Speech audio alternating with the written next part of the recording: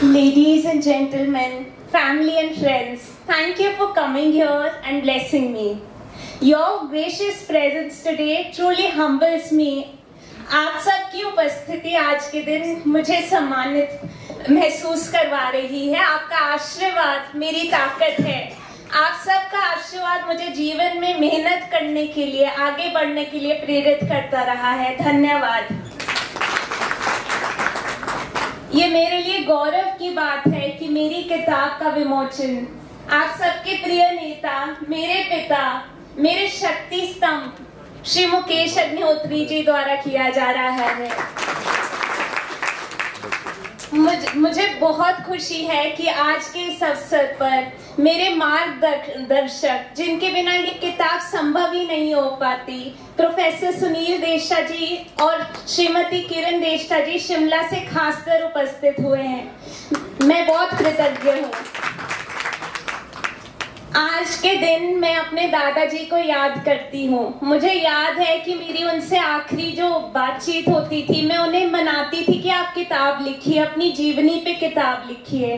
वो बहुत ही लिटरेट थे और उनके जैसी वोकैबुलरी हम सिर्फ कोशिश कर सकते हैं कि हम भी उनके जैसे पढ़े लिखे बन पाए। पर वो हमेशा कहते थे, मैं नहीं तुम लिखना। आज उनका सपना पूरा होता है। मैं बहुत खुश हूँ।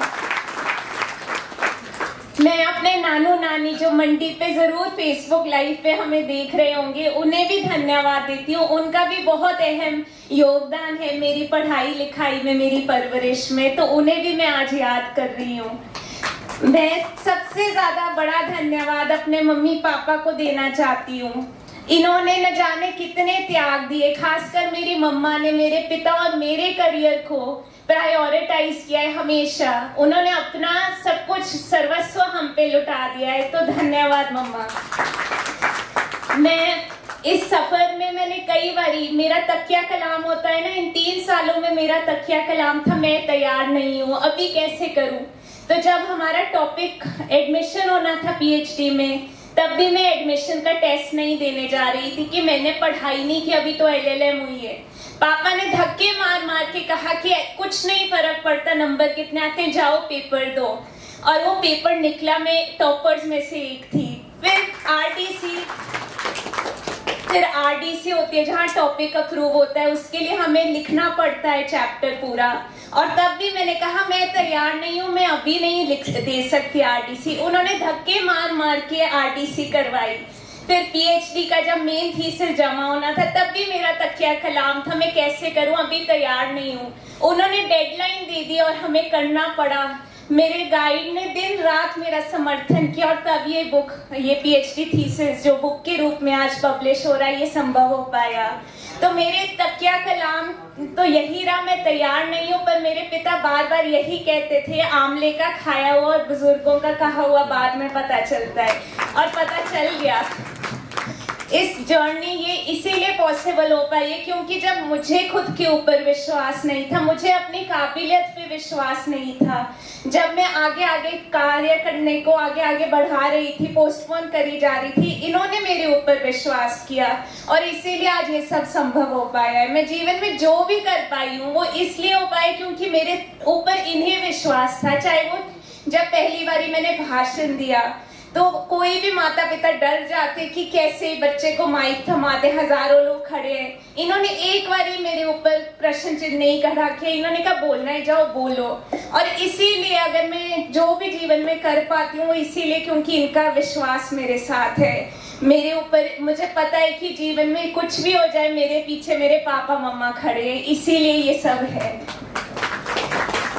मेरी किताब वैसे तो आर्म्ड कॉन्फ्लिक्ट के बारे में बात करती है, पर इसका सफर बहुत रोमांचक रहा क्योंकि हरोली के हमारे बुजुर्ग, मेरे भाई सब मौजूद हैं। तो हमने आर्म्ड कॉन्फ्लिक्ट के बारे में लिखते लिखते कहीं ना कहीं बीए में तो पॉलिटिकल कॉन्फ्लिक्ट में भी आपके साथ कर ही ली मैंने।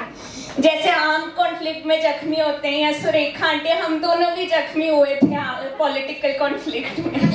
तो ये काफी रोमांचक रहा। वो इन दोनों में भी सिमिलैरिटीज है। जिस तरह पॉलिटिकल कॉन्फ्लिक्ट होता है उसमें सब जायज नहीं है, वैसे ही आर्म्ड कॉन्फ्लिक्ट में सब जायज नहीं। कहते हैं ना कि everything is fair in love and war, but war में ऐसा नहीं, अंतर्राष्ट्रीय कानून है, परंतु दिक्कत क्या है, 20वीं सदी का कानून 21वीं सदी के युद्ध पे अप्लाई किया जा रहा है। तो ये किताब उसी के बारे में है कि कैसे कानून में और जो हकीकत है, दुनिया की हकीकत है, उसमें एक गैप है और कैसे कानून को आगे बढ़ना होगा। सारे देशों को एकत्रित होके नए चैलेंजेस जो युद्ध में है उनसे डील करना होगा। जैसे अब हम देखते हैं ऑटोनोमस वेपन्स हैं, साइबर वेपन्स हैं, और देश जितने भी हैं सब उनका इस्तेमाल कर रहे हैं, पर क्या कानून उस तरह से इनसे डील कर पा रहा है? नहीं कर पा रहा है। तो उसके बारे में इस किताब में सजेशंस भी दिए गए हैं।